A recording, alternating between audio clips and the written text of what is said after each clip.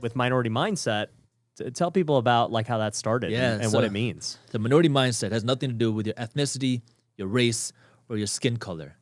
It's the mindset of thinking differently than the majority of people. Now, I started minority mindset as a hobby. I was working on a different business, a stock company that I started. And when I was launching the business, I hired this marketing company, which turned out to be a scam. So they took my money and ran, and I got really angry. But I launched the company, did very good, had a great launch. And I was so angry. I was like, man, I never learned about entrepreneurship. I never learned how to launch a business. I never learned how to do any of this stuff. I never learned how to invest. I was doing this all just from trial and error. And now you got people scamming, people just trying to figure things out. I was angry. So then I went out, I launched a class called, the topic was how to launch a business without getting screwed over. And I launched it on Udemy. And I think I charged like $7. I didn't really care about making money. It was just trying to put this information out there so people would learn from my mistakes and not get screwed over the way that I did. Right. And I put this up, and I did it under the alias minority mindset because it's all about the mindset of thinking differently than the majority of people. Because when I was in college, I was hosting these parties. I realized that I was thinking differently than the majority of people. When I started investing in real estate, I was like, the majority of people were blowing money the way that I was when I first started making money. And now I was investing money. So that was what the name minority mindset started off as. And then I started this class, and everyone was like, hey, you should really start an Instagram page. That way we can continue learning more. And I was like, okay. So I started an Instagram page called Minority Mindset, started posting content there. Mm-hmm. And then people started saying, can you create a blog? That way we have deeper, long-form content, because you can't post that much on Instagram. No one's going to read an essay on Instagram. You know, it's just too much. And I was like, well, English is my second language. So no, I cannot create a blog because you're not going to understand anything that I'm writing. Mm-hmm. But I was like, I can start a YouTube channel. So I started a YouTube channel called Minority Mindset, talking about the things that I wish I knew when I was getting started. Talked about entrepreneurship, talked about some money management, financial education stuff. And a few months go by, and one of my friends was like, hey, how much money are you making off of YouTube? I was like, what are you talking about? He was like, like your ads, how much money are you making?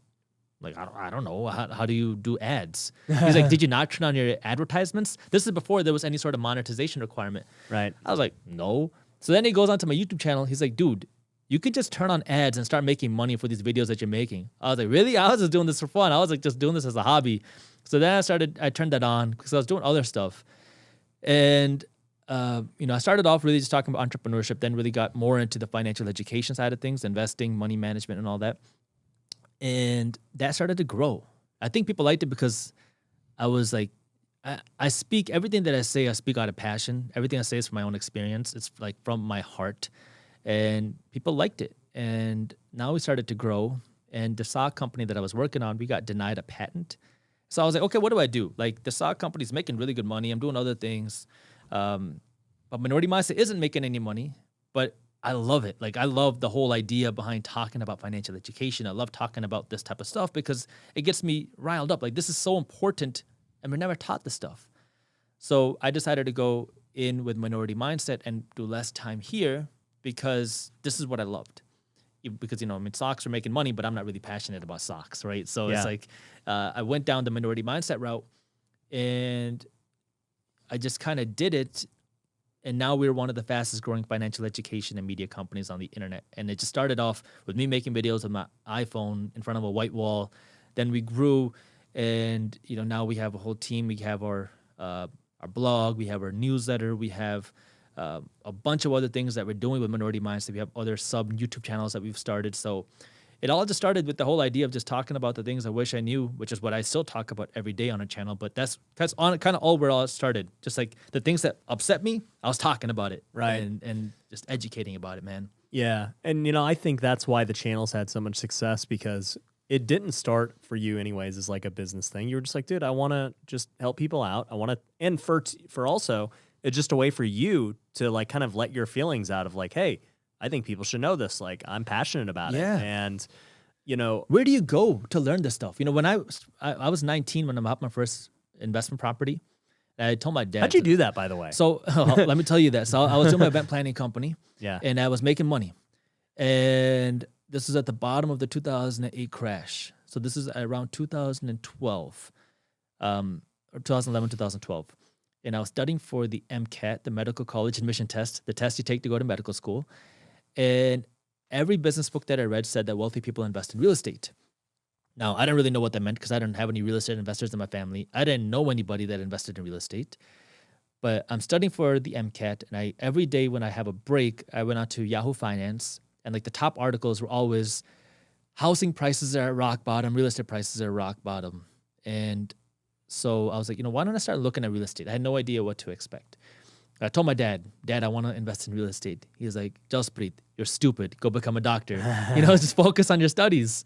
And but I looked at some properties and I found a condo, 1,000 square foot condo, needed very little work, on sale for $8,400, right? And so I was like, okay. So I looked at it and I was like, oh, okay, this is nice. And to me, I didn't know that was cheap. I thought that was normal because that's all I've seen, right? This is like, I started looking at properties.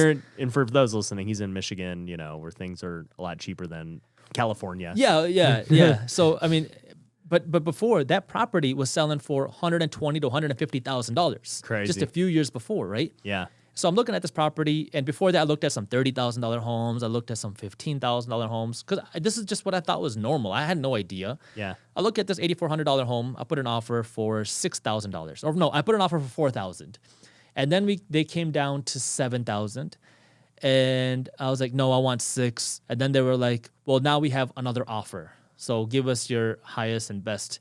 And I was like, dang it. How much do you offer now? So I offered $8,000 and they said, yeah. So I was like, I didn't even I'm 19 years old. I'm studying for the MCAT. I have no idea what normal is supposed to be. I was just like, This is cool. $8,000, whatever. I got $8,000 in the bank. So I bought it for $8,000 and I put in, I think, $4,000 worth of work. And so half of that was appliances. Yeah. And then I rented it out for $600 a month. Crazy. So yeah. and so that's how I started. But that was the first kind of like exposure that I had to any sort of investing or passive income. And then I did that again and again and again. And it was like, oh, wow, I'm building a portfolio of assets that, now today are worth a whole lot more than when I bought them. But what's that condo worth today, you think? Probably close to $75,000. It hasn't got back up to where it was, but it's significantly more. Some of the homes that I bought then. But you've been cash flowing it for a long time. Cash flowing it every month. That property rents for $850 now. Yeah. And some of the homes that I bought then for there's one home that I bought for $15,000. I just actually checked it last week because I was making a report for someone, and that property now value is around $200,000. Wow. $15,000 I bought it for, and it's like, holy crap! What? I didn't even know what I was doing. Yeah, you were just like, Yeah, and it'll rent. I'll make my money back in a couple of years. Yeah, and that was normal at the time. Yeah. And so I was very fortunate. And, I got lucky that when I started, I was working on my own business. And that, some people say, oh, well, you just got lucky. And I'm like, yeah, I did get lucky. I got very fortunate. And when I started at the time, right, there's no doubt about that. But there was a lot of people in college that had way more money than I did that weren't doing this. You know what I mean? Everybody had access to the same books that I did. Everyone had access to the same information that I did. I just wanted to do it because I knew I wanted to do something different. But I remember there was these other guys that I know who had very, very rich parents. Their parents had these businesses. And I talked to them about it and they were like, no, real estate investing is very risky. Look at the market. Oh, okay, that's fine. I'm going to go do it anyways. You know what I mean? So it's you have to be willing to take the risk. And luck is definitely a part of it, but the harder you work, the luckier you become. If you enjoyed this short clip from my longer videos, here's another clip that I think you'll love. And while you're at it, if you're interested in learning more about how to start generating passive income, our team put together an amazing guide that goes over what passive income is, how to start generating passive income, and different passive income strategies. These are things that you can start doing even if you don't have a lot of money. So if you want to read this free guide on how to start generating passive income for free, all you got to do is click that button right over there. Thank you for watching, and as always, keep hustling.